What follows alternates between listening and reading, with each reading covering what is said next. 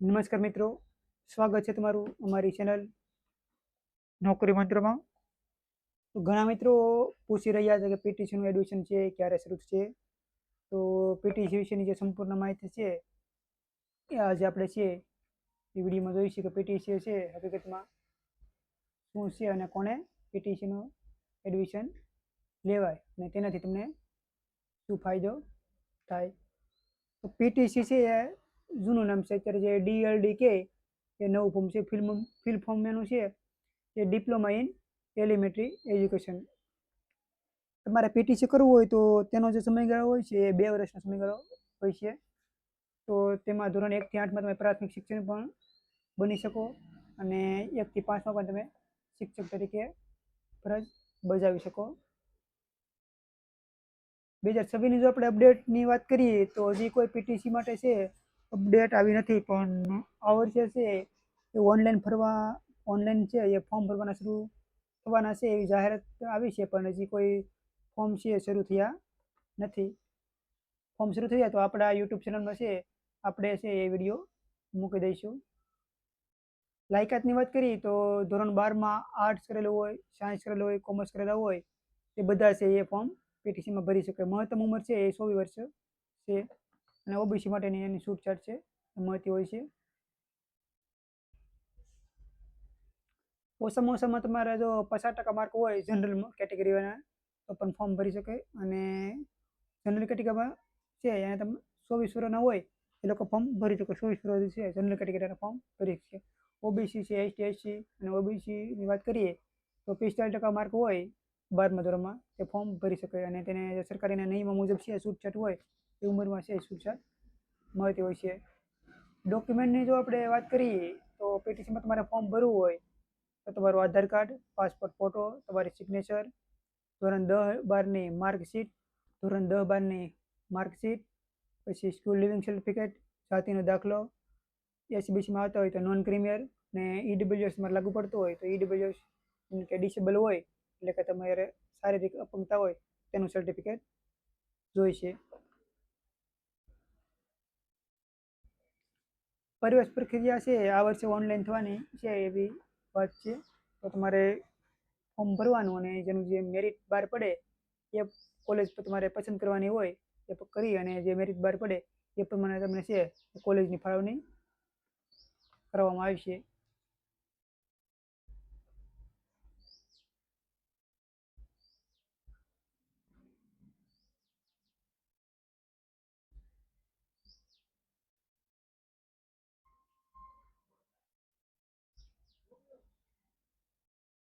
તમારે જો ધોરણ 1 થી 8ના તમારે પ્રાથમિક શિક્ષક તમારે બનવું હોય તો તમારે 12 ધોરણ પાસ કરવું પડે. ત્યારબાદ 2 વર્ષનો જે પીટી છે એનો કોર્સ કરવો પડે. ત્યારબાદ તમારે ટેટ જે એક્ઝામ આવતી હોય તે સીટેટ એક્ઝામ હોય એ તમારે પાસ કરવી પડે. ત્યારબાદ તમે ધોરણ 1 થી 8 છે એ તમે શિક્ષક બની શકો. તમારે ધોરણ 1 થી 5માં જો શિક્ષક બનવું હોય તો તેના માટે ફક્ત છે એ પીટીસી કરવાનો તમારે કોર્સ રહેશે. પીટીસી તમે કરો પછી તમારે કે શું ફાયદો પીટીસી કર્યાથી, તો તમારે પ્રાથમિક શિક્ષણ તમે ધોરણ 1 થી 5માં તમે છે એ સારા શિક્ષક તમે બની શકો. તેના માટે તમારે છે ટેટ 1 એક્ઝામ આપવી પડતી છે. પીટીસી તમે કરો ત્યારબાદ તમારે ટેટ 1 છે એક્ઝામ આપવાની અને ત્યારબાદ ભરતી આવે તો તમે 1 થી 5માં તમે શિક્ષક બની શકો. પણ તમારે 7 થી 8માં જો શિક્ષક બનવું હોય તો પીટીસી પ્લસ તમે ગ્રેજ્યુએશન કરો તો તમે ટેટ 2 છે એની એક્ઝામ આપી શકો અને ત્યારબાદ તમે 7 થી 8માં છે એ શિક્ષક બની શકો. તમારે ટૂંકમાં ટેટ પાસ છે કરવી પડે અને ત્યારબાદ વિદ્યા સહાયકની જે ભરતી આવતી હોય તો તમે ફોર્મ ભરી શકો. અને તમારે જો પીટીસીનું લિસ્ટ જોવું હોય તો એ લિસ્ટ પણ તમને હું આ વિડીયોમાં તમને બતાવી દઉં જે તમારે કોઈ પ્રશ્ન ના રહે.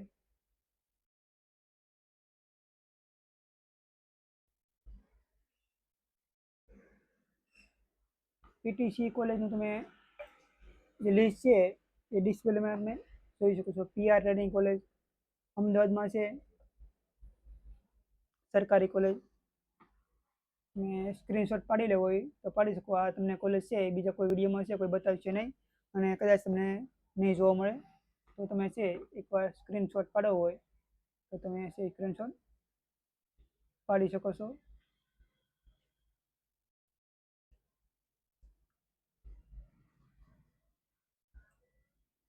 આણંદમાં છે, બનાસકાંઠામાં છે, ભરૂચમાં છે, ભાવનગરમાં આપણે લોકભારતી અધ્યાપન જે સનોસરા છે તેમાં પીટીસીની કોલેજ છે, અને જે ઘરશાળા અધ્યાપન મંદિર છે તખતેશ્વર તે પણ છે એ ગવર્મેન્ટ કોલેજ છે. અને જિલ્લા શિક્ષણ અને તાલીમ ભવન જે શિક્ષર છે ત્યાં પણ છે એ ગવર્મેન્ટ કોલેજ છે પીટીસીની છે. અને એક પીટીસીની કોલેજ સનોસરા છે એ ગવર્મેન્ટ છે. ત્યારબાદ જે સોની છે એટલે કે પ્રાઇવેટ કોલેજ છે રાધેશ્યામ છે પીટીસી મહુવા જે પણ અત્યારે હાલમાં બંધ છે એ તમારે છે તપાસ કરવાની રહી છે. અને પ્રાઇમરી ટીચર ટ્રેનિંગ કોલેજ ઉખલ્લા ત્યાં એક કોલેજ છે. ત્યારબાદ તમે છે જિલ્લા વાઇઝ છે કોલેજ લિસ્ટ છે જોઈ શકો છો. તમારા જે નજીકનો જિલ્લો લાગુ પડતો હોય એ મુજબ તમારે એડમિશન લેવું હોય તો તમને આ કોલેજ છે એ જરૂર કામ લાગશે.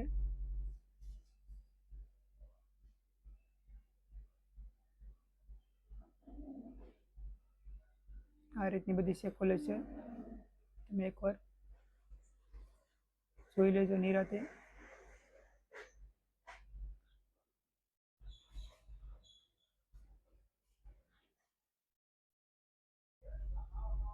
સાબરકાંઠા એમાં પણ કોલેજ છે, ઘણી કોલેજ છે પીટીસીની છે. અને કોઈને પીડીએફ જોઈતી હોય તો ડિસ્ક્રિપ્શનમાં હું વોટ્સઅપ નંબર આપી દઈશ, તેમાં તમે મોકલી દેજો, અથવા તમે યુટ્યુબ ચેનલમાંથી છે એ જોઈ શકો છો.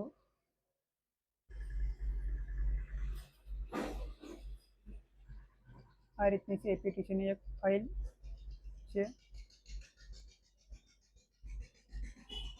પીટીસીમાં ફોર્મ ભરવાનું શરૂ થશે એટલે આપણે છે પીટીસીને લગતો એક વિડીયો છે એ મૂકી દઈશું. જે આપણું ચેનલ છે નોકરી મંત્ર, તેમાં આ વિડીયો છે પીટીસીમાં તમારે ફોર્મ ભરવું હોય ઘરે બેઠા તો તમારે કઈ રીતે ફોર્મ ભરવું એ વિડીયો પણ હું એક મૂકી દઈશ. અને હજી સુધી પીટીસીની કોઈ જાહેરાત છે એ આવી નથી. ફોર્મ છે તો ઓનલાઈન ભરવાના શરૂ થશે એવી જાહેરાત સરકારની આવેલી છે.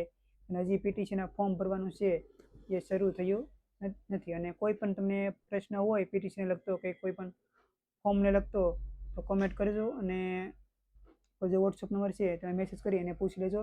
કોઈ પણ પ્રશ્ન હોય તો આપણે તમારી ચોક્કસ મદદ કરશું. આભાર મિત્રો.